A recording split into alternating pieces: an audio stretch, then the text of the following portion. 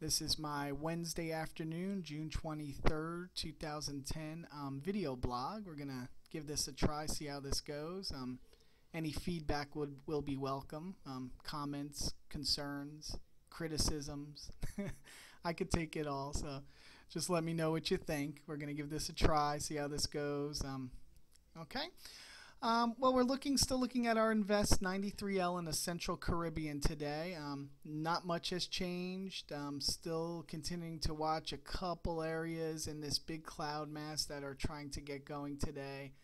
We see two areas of vorticity, 850 vorticity with this system right now. One area is right here, right near Jamaica, kind of south of Jamaica, right in here. This is where they have been running where the model runs have been initiating from, have been in this area, and this is where most likely where we will get our low-level center to eventually form, somewhere in this area, more than likely in the next day or two, probably west of Jamaica, right up in this area.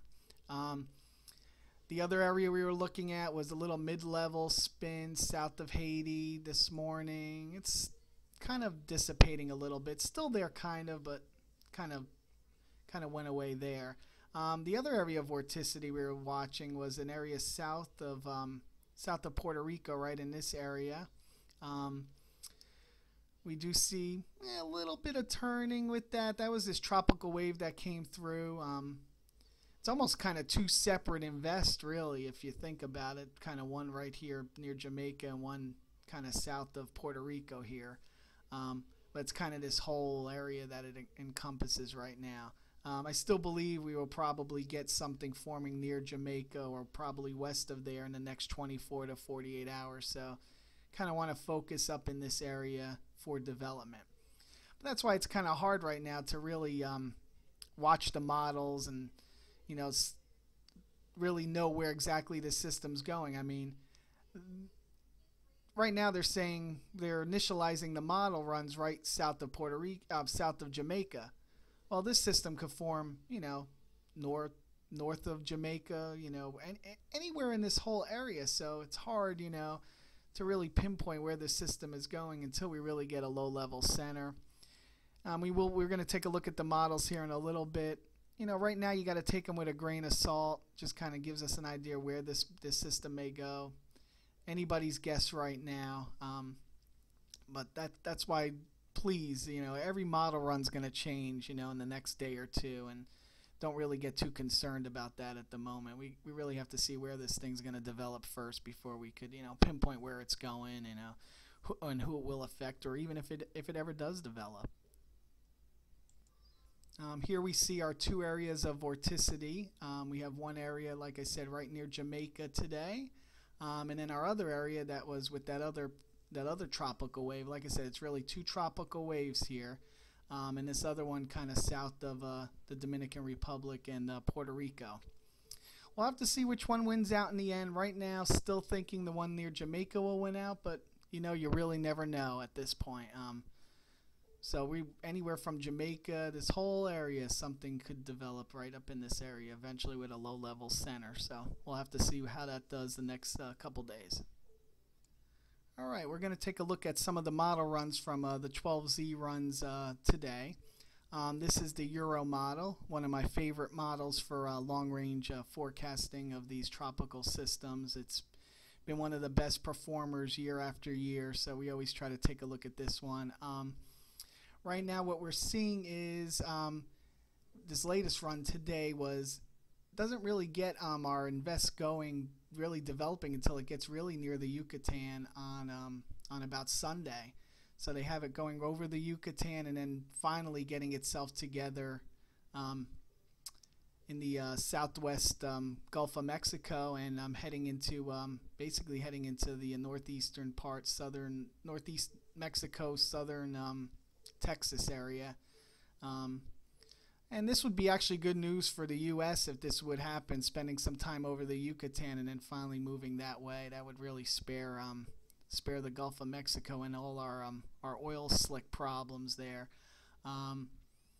So that's one of the solutions today, and that's feasible. You know, if this thing doesn't really get going until it reaches the Yucatan and stays fairly weak, it'll probably move more west and not really catch that trough along the east coast. So that, again, one of the solutions that could happen. And this one here we have is going to be the Canadian model from 12Z today. We see that we see again not really getting it developing until it really gets near the Yucatan Peninsula later this weekend, and then eventually getting up into the Gulf of Mexico. A little more of a westward shift in the models today. Not really moving, basically staying weak enough. And you know, when these systems stay weak, they tend to move more west. So again, weak, you know, through most of the weekend, and finally getting going and getting into the Gulf of Mexico as a much weaker system. And here we have the latest GFDL, another model that I like. Didn't really perform that good last year, but it's still one to really take a look at. Another little shift west in this model this afternoon. We see, again, not really getting going until it really gets into the Northwest Caribbean by about Saturday, Sunday time period. Kind of moves over the Yucatan, which will weaken it a little bit, and then takes that northward the nice northward move up towards Louisiana as a you know, Category 1, Category 2 hurricane. We don't like this scenario, of course.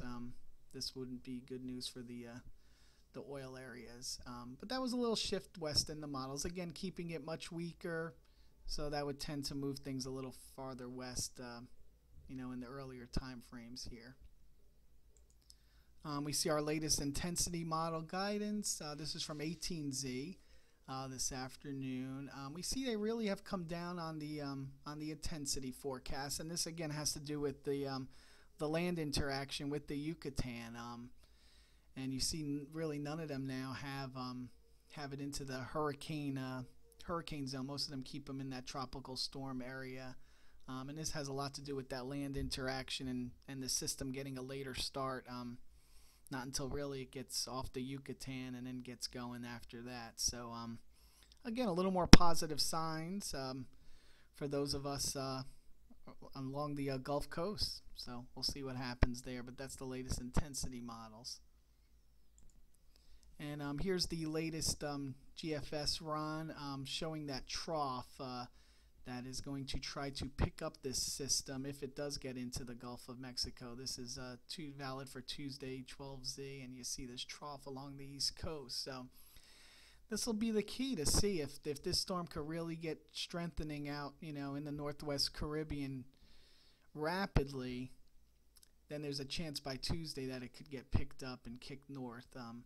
Again, weaker system is going to tend to move more west, and if this thing stays weak through the weekend, gets over the Yucatan, you know, that could be good news for the Gulf Coast sparing it. If this thing could really rev up in the next 24 to 48 hours, get going in the Northwest Caribbean, then it has a chance to get sucked up north with this trough. So those will kind of be the factors. Again, no worries if you live along the Gulf Coast. Just kind of be aware it's down here. You know, it's still days away, if anything. If it does come, it won't really affect us until early next week. So just, you know, the next few days into the weekend, just keep an eye down there, see what's happening, and I'll try to keep you guys updated from time to time.